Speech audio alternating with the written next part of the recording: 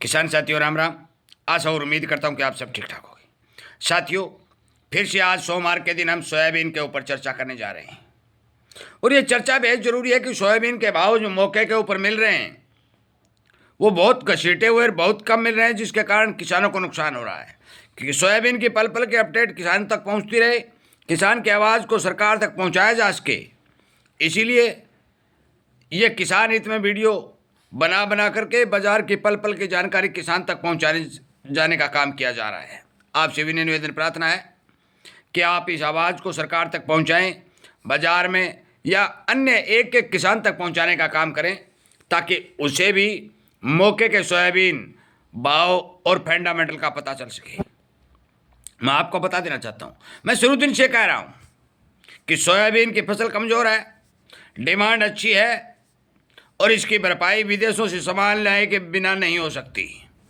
परंतु साथियों, अब कमज़ोर फसल जो बाजार में दिखाई दे रही है, उस कमज़ोर फसल का असर भाव के ऊपर दिखना शुरू हो चुका है।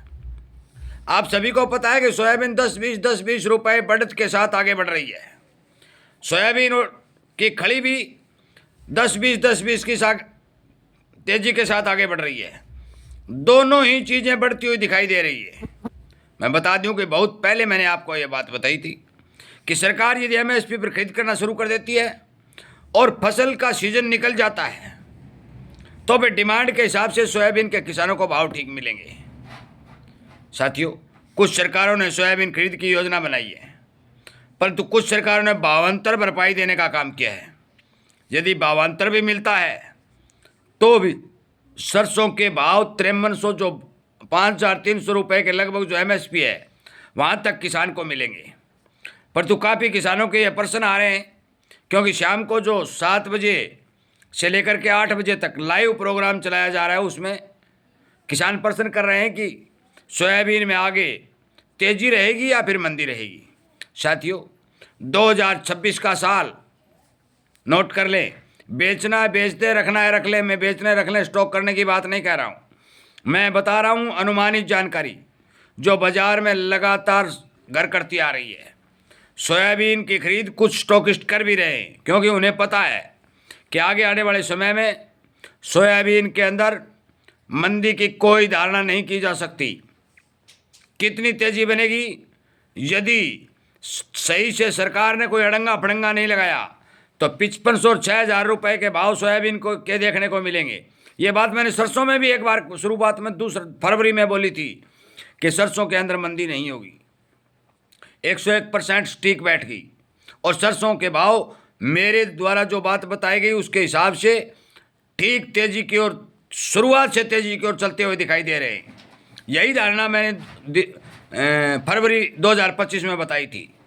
आज तक सरसों में मंदा नहीं देखा गया, क्योंकि मार्च के अंदर जो ही सीजन आया था उस टाइम सरसों के भाव 5000, 5200, 5400, 5300 इस भाव में बहुत से किसानों का माल जो है मंडियों में लुट गया था।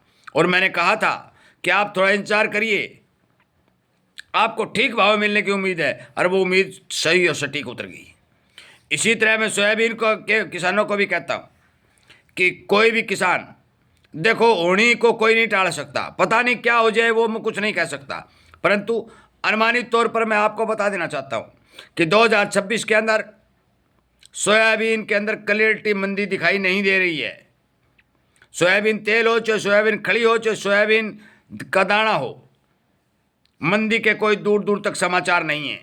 अगली बात, कुछ किसान साथी लाइव प्रोग्राम में प्रश्न पूछ रहे हैं कि अमेरिका और चीन का सौदा हो चुका है क्या।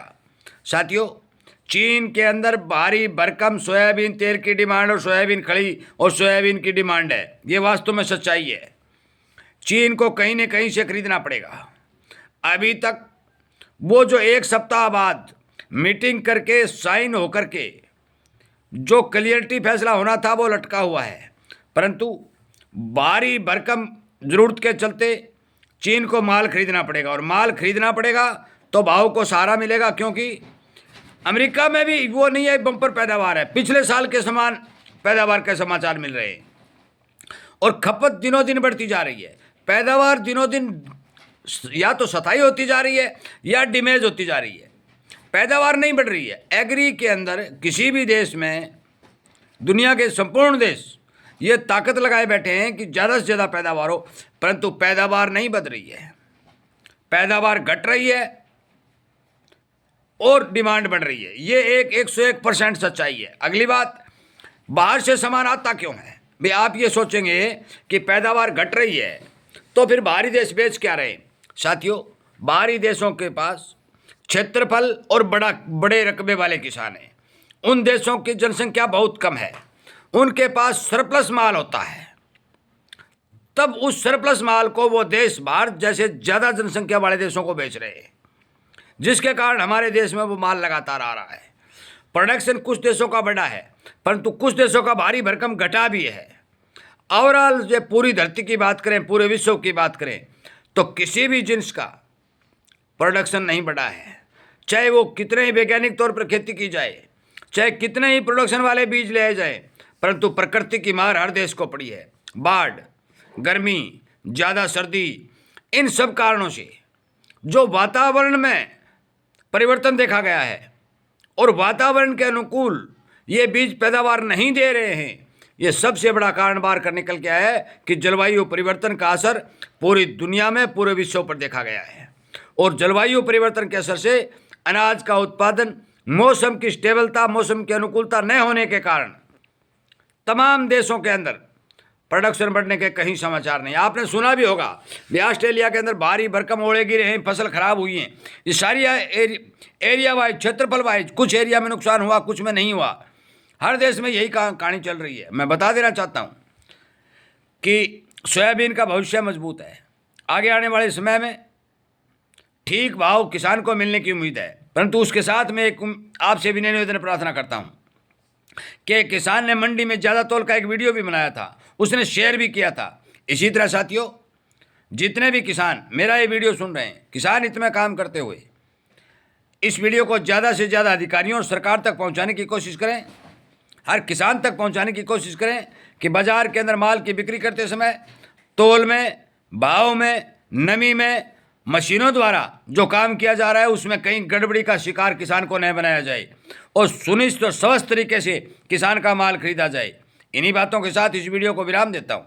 उम्मीद करता हूँ कि आपको ये जानकारी पसंद आई होगी। यदि इसी तरह की जानकारी आपको मिलती रहे, इस बात की आप इच्छा जाहिर करते हैं, तो आप इस चैनल को सब्सक्राइब करके जुड़ सकते हैं। आगे से आगे किसानों को शेयर करके इन बातों की जानकारी दे सकते हैं। आपका बहुत बहुत धन्यवाद।